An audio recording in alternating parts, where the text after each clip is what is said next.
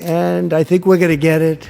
One way or the other, we're going to get it. The Trump 2.0 administration focusing on let's buy Greenland again, let's take it over, we're not going to rule out military force.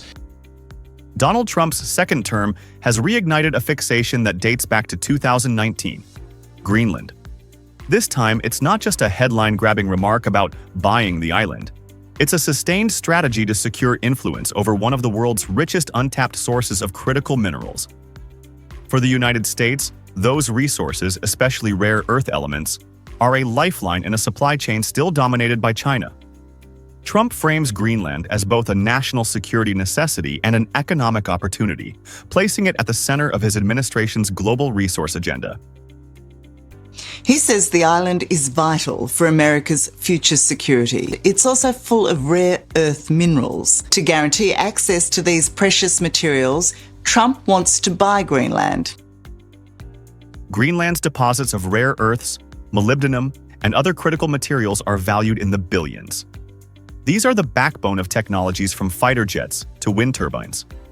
In June 2025, Greenland granted a 30-year permit for an EU-backed project to mine molybdenum, used to strengthen steel in defense, aerospace, and clean energy. According to the U.S. Geological Survey, China produced about 40% of the world's molybdenum in 2024 and controls 95 to 97% of midstream rare earth refining. Earlier this year, Beijing cut exports of key metals in response to Trump's tariffs, forcing U.S. automakers like Ford to halt production at plants in Chicago and Louisville within weeks. For Trump, Greenland is one of the few viable routes to break China's dominance. His tactics have mixed public bravado, insisting the U.S. must have Greenland, with behind-the-scenes deal-making. Australian firm Energy Transition Minerals has invested over $150 million in mapping the Tanbreeze rare earth deposit, considered one of the largest globally. Yet the challenges are formidable. No port, no roads, Arctic weather that can ground flights for days, and ore types never processed at commercial scale. Even so, U.S. investor interest remains high. For Trump's allies, the payoff, secure supply chains for the West, justifies the persistence. You cannot buy us, we are not for sale. Greenland's position under Trump's gaze mirrors Canada's recent experience. If I may, as you know from real estate, there are some places that are never for sale.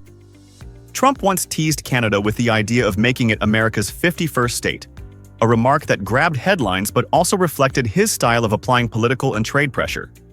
In 2025, the U.S. raised tariffs on Canadian non-USMCA goods from 25% to 35%, targeting sectors from lumber to machinery.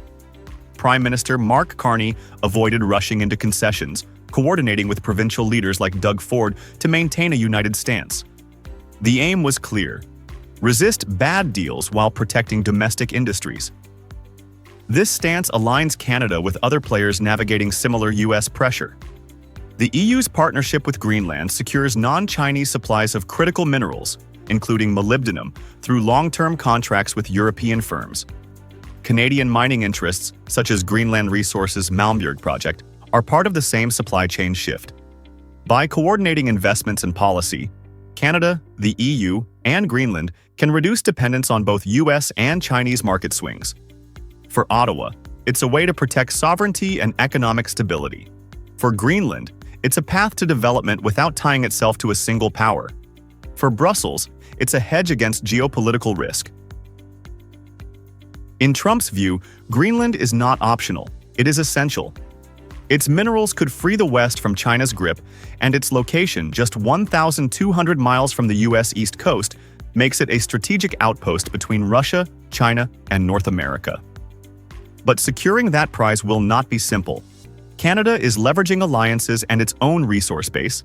The EU is embedding Greenland in its strategic materials plan, and Greenland's leaders are weighing outside offers against environmental standards and autonomy. The contest over Greenland's resources is part of a broader realignment in the Arctic and North Atlantic. Whether Trump's mix of pressure and negotiation will bring Greenland closer to Washington or push it toward a multilateral coalition remains uncertain.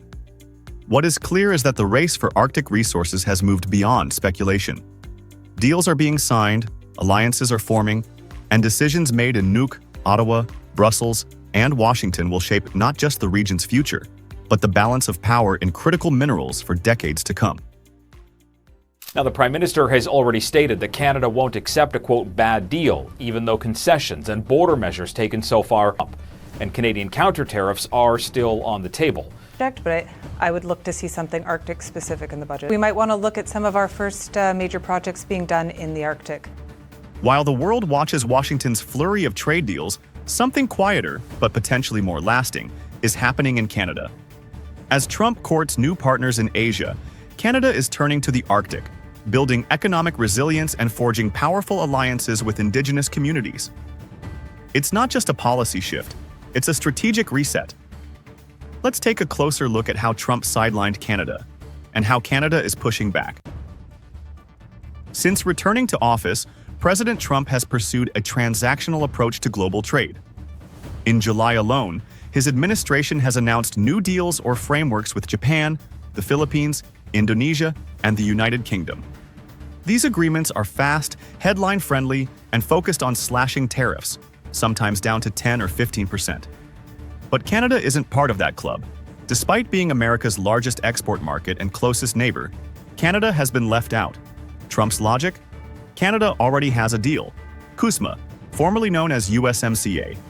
According to U.S. officials, that agreement includes carve-outs, so Canada shouldn't expect further concessions. In fact, the opposite is happening. On March 4th, Trump imposed 25% tariffs on most Canadian goods, and by June, steel and aluminum tariffs were raised to 50%. Now, he's threatening a sweeping 35% tariff by August 1st, unless Canada agrees to more U.S. market access. Washington calls it a reciprocal tariff, but to many in Ottawa, it feels like targeted punishment. And what a great place. It has economic development potential, but there's defense importance, strategic defense, Arctic bases, other dual-use potential projects to roll out, and it sounds like willing partners potentially all around. While Canada has responded with counter-tariffs, reindustrialization, and a quiet consumer boycott of American goods, its most strategic move may be the one few are talking about. Canada is opening a new front, the Arctic. Under Prime Minister Mark Carney, Canada has launched a sweeping northern strategy, centered on Indigenous partnership, sovereignty, and strategic infrastructure. In July, Parliament passed Bill C-5 to fast-track development in Inuit regions. What makes this unique isn't just the scale of the investment, it's who's leading it. Canada has appointed an Arctic ambassador from the Inuit community. It has opened new consulates in Anchorage and Greenland, and pledged over $6 billion Canadian dollars for radar systems, transport corridors, and northern energy projects. These initiatives are being developed with direct leadership from Inuit organizations, building both trust and long-term capacity. But this isn't just a domestic agenda, it's a strategic signal to Washington. By investing heavily in the Arctic, Canada is positioning itself as the democratic anchor in a region where Russia is militarizing and China is actively expanding influence. At the same time, it's quietly challenging America's assumption of uncontested dominance in North American defense. And this goes far beyond geopolitics. The Arctic holds vast reserves of critical minerals, lithium, cobalt, rare earth elements, the raw materials essential for electric vehicles, advanced electronics, and modern weapons systems. According to the U.S. Geological Survey, as of 2024, the United States still sourced over 90% of its rare earth imports from China. Canada's new approach, working directly with Inuit communities under constitutionally protected agreements, means control over these resources won't be dictated by external pressure.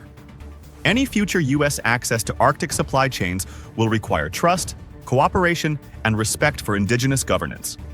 If Trump believed tariffs were the only leverage, he may have miscalculated. While the White House focuses on short-term wins, Canada is securing long-term power in territory, in resources, and in its relationships. And if Washington doesn't recalibrate, it risks being locked out of both Arctic diplomacy and the mineral supply chains it desperately needs. Trump may have assumed Canada had no other options, that it would wait in line for a new deal. But Canada is writing its own script. While some countries are chasing U.S. approval, Canada is building internal strength, defending its industries, rebalancing trade, and forming deep alliances with its own people. President Trump ratcheting up the tariff war with a measure that could be another big blow to Canada. Donald Trump announced a 50% tariff on copper. Of course, our embassy in Washington is following very closely, as well as the entire team back in Ottawa. On July 9th, President Donald Trump announced a new 50% tariff on all copper imports into the United States. The policy takes effect August 1st and has already sent shockwaves through global supply chains. But while much of the world is reacting with uncertainty, one neighbor isn't panicking. Canada isn't shouting, it's watching. Because for Ottawa, this isn't just another tariff. It's a test of strategy and of how far Trump is willing to go before Canada decides to push back. In 2023, Canada exported 9.3 billion Canadian dollars worth of copper and copper-based products, according to Statistics Canada. Over half, about 4.8 billion, went to the United States. That trade now sits on the edge of a cliff. Canadian producers fear that if no exemption is reached, their products will become instantly uncompetitive compared to US-based suppliers. Some Canadian exporters, especially those who shifted into copper during earlier rounds of US metal tariffs, now find themselves back under threat. For businesses that rely on the US for a fifth of their sales, the prospect of a 50% tariff could mean lost contracts, layoffs, or even full market exit. This isn't an abstract policy debate. It's the real cost of losing access to a partner that, for decades, served as Canada's largest customer for critical minerals. If you were to ask Donald Trump that question, I guess he would say he's answered it today in his Truth Social post that he wants to rebuild the American copper industry. Trump's reasoning is clear: rebuild America's industrial base. In a social post, he framed copper as vital to the future, powering everything from electric vehicles to military systems and data centers. But unlike aluminum or steel, the US still relies heavily on foreign copper. It takes years to build new smelters or expand mining operations. In the short term, manufacturers will face higher prices, and consumers may feel the effects in products that touch nearly every part of modern life. To Canada, this doesn't look like industrial policy. It looks like leverage, a pressure tactic to bring negotiating partners to the table. And the deadline, August 1st, is now a countdown clock for everyone involved. Being said, every single journalist in the country wants to have more information about the negotiations. The same. We will let the Prime Minister do the negotiation, supported, of course, by our negotiator-in-chief back in Washington, Kirsten Holman, and we will not negotiate in public. Yet Canada isn't moving publicly. Not yet. Industry Minister Melanie Joly says there is still no executive order, but confirms that Ottawa and the Canadian Embassy in Washington are following very closely. Prime Minister Mark Carney has not responded publicly, a pattern that reflects his cautious, behind-the-scenes style. Canada's lead negotiator, Ambassador Kirsten Hillman, is working in Washington to secure an outcome before the window closes. The government's focus, Joly says, is on protecting workers and supporting companies at the front line of this trade war, from aluminum and steel now to copper. Canada's goal is simple: secure a carve-out, a specific exemption for copper under a broader bilateral agreement. It's not unprecedented. Canada has achieved similar deals in the past. But this time, the pressure is higher. The self-imposed deadline is July 21st.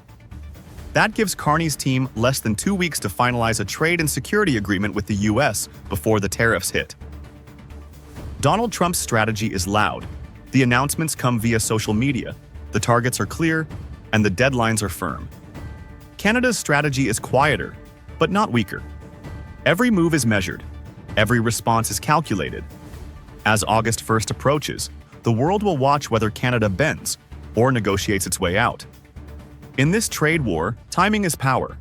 And while Trump holds the microphone, Carney is holding the clock.